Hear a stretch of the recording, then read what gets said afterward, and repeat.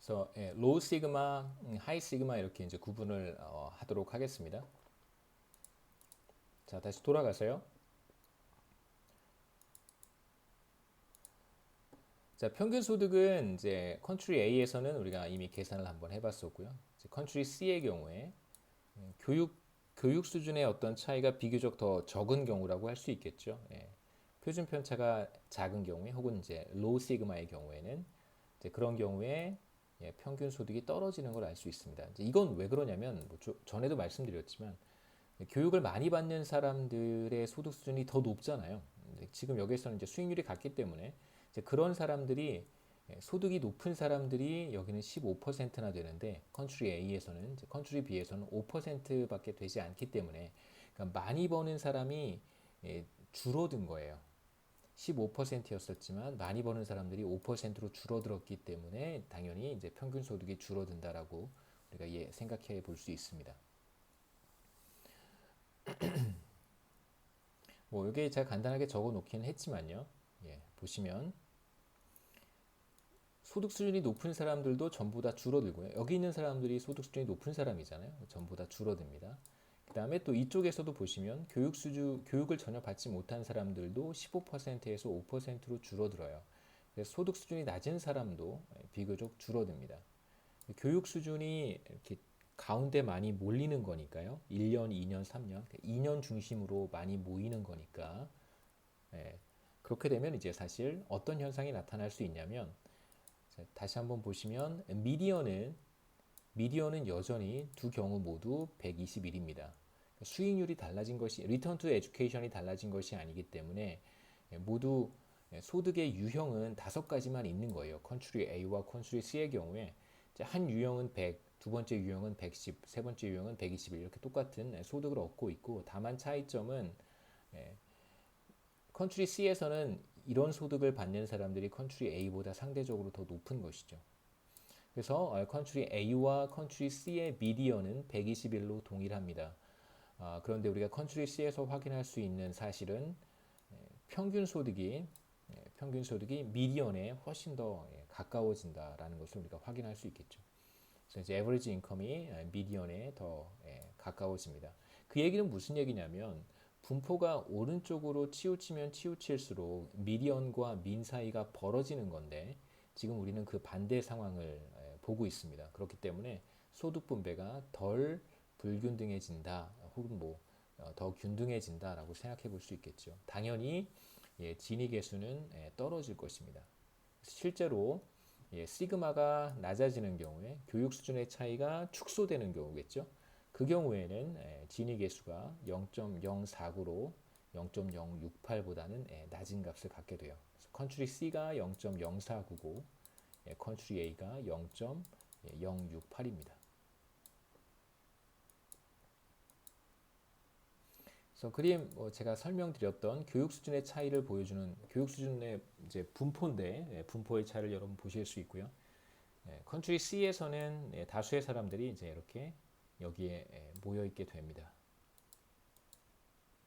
그 다음에 이제 뭐 리턴 투 에듀케이션은 두 국가가 동일하니까요. 뭐 하이 시그마든 로우 시그마든 상관없이 동일합니다. 수익률이 달라진 것은 아니기 때문에요. 차이는 이제 얼마나 많은 사람들이 이렇게 분포하고 있느냐. 여기는 지금 이렇게 분포하고 있는 상황이라고 한다면 여기는 이렇게 분포하고 있는 상황이라고 할 수 있겠죠. 소득 분포를 제가 그림으로 한번 그려봤는데요. 그래서 이게 컨트리 A 우리가 계속 봐왔던 그림입니다. 편의상 하이 시그마라고 했고요. 자, 로우 시그마의 경우에는 많이 버는 사람들이 자, 비교해 보시죠. 자, 이 사람들이 많이 버는 사람들인데 많이 버는 사람들이 전부 다 줄어들었어요. 그 다음에 적게 버는 사람도 전부 다 줄어들었습니다. 그래서 양쪽 끝에 테일은 보다 더 얇아지고 이제 가운데 부분이 더 두터워진 것이죠.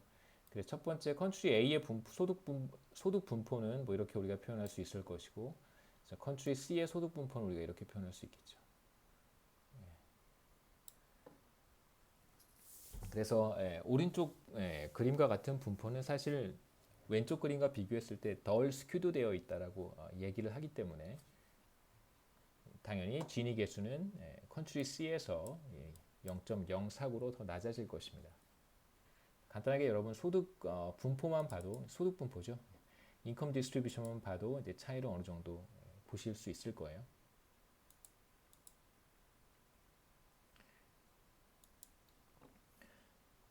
우리가 지금까지 살펴봤던 간단한 이그젬플, 뭐 컨트리 A, 컨트리 B, 컨트리 C를 이제 비교해 보면서 리턴 투 에듀케이션이 변할 때, 그 다음에 교육 수준의 분포, 시그마가 더 작아질 때 어떤 결과들이 나타나는지 확인을 했었는데요.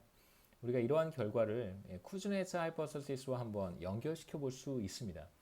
제가 이제 앞서 쿠즈네츠 커브가 실제로 나타날 수도 있다라고 하는 그런 연구들을 소개했던 이유가 사실 적지 않은 사람들이 쿠즈네츠 커브를 좀 믿는 것 같아요. 제 개인적인 생각에는 워낙 쿠즈네츠가 그 존경받는 그 거시경제학자이기 때문에 보통 이제 그런 경우에는 이런 경제학자들이 뭐 제기했던 어떤 가설들이라든가 이런 것들이 존재할 수 있다, 이런 것들이 나타날 수 있다. 이제 이런 것들은 대부분 다 어느 정도 이제 지지를 받는 경향이 있습니다.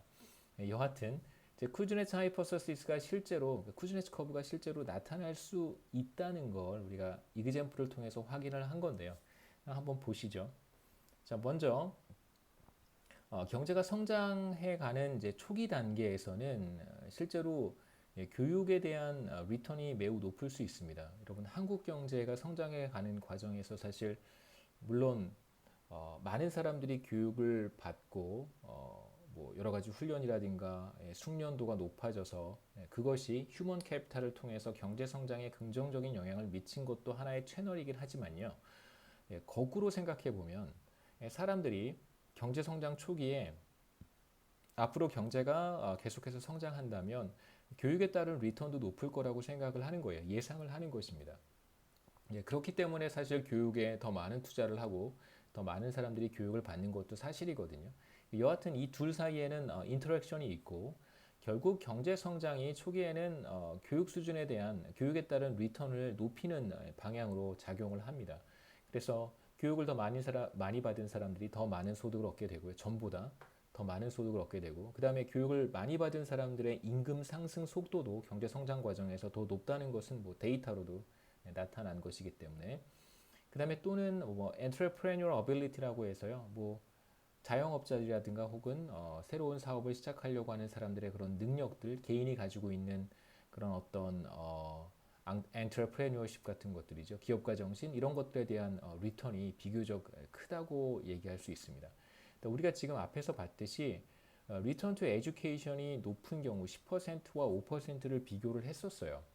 10%인 국가가 컨트리 A고 5%인 국가가 컨트리 B인데요. 자, 만약에 리턴 투 에듀케이션이 5%에서 10%로 높아진다고 한다면 그러면 진위 계수가 높아지고 소득 분포가 이렇게 더 스큐드 되는 걸 우리가 그림으로 확인을 했습니다. 우리가 이제 이 둘을 비교했었는데요. 자, 그러한 현상이 경제 성장 초기 단계에 나타날 수 있다는 것이죠. 그 다음에 이제 우리가 하나 생각해 볼 수 있는 것은 그 교육을 더 많이 받은 사람들 혹은 스킬을 더 많이 가지고 있는 스킬드 워커들의 경우에는 경제가 성장해가는 과정에서 새로운 기술들이 계속해서 유입이 될 거예요. 혹은 새로운 생산 방식이 도입되고 새로운 기술을 자체적으로 개발할 수도 있습니다. 그런 과정에서 그런 새로운 기술들과 새로운 생산 방식에 더 잘 적용할 수 있고요. 그 다음에 이제 기업 입장에서는 새로운 생산 방식이라든가 새로운 경영 기법이라든가 새로운 기술이 도입되면 어떤 또 액션을 취하게 되냐면 새롭게 채용하는 노동자들, 근로자들이 비교적 높은 교육 수준을 가지고 있을 때 더 많이 채용할 가능성이 높아집니다. 그러니까 다시 말하면 기술이 발전하는 과정에서 기업들이 스킬드 워커를 선호하는 경향이 있는 것이죠. 그래서 초기 단계에서는 바로 이러한 영향 때문에 리턴 투 에듀케이션이 상승하게 되고요. 그래서 인컴 이니퀄리티가 악화될 수 있습니다. 소득 분배가 악화될 수 있습니다.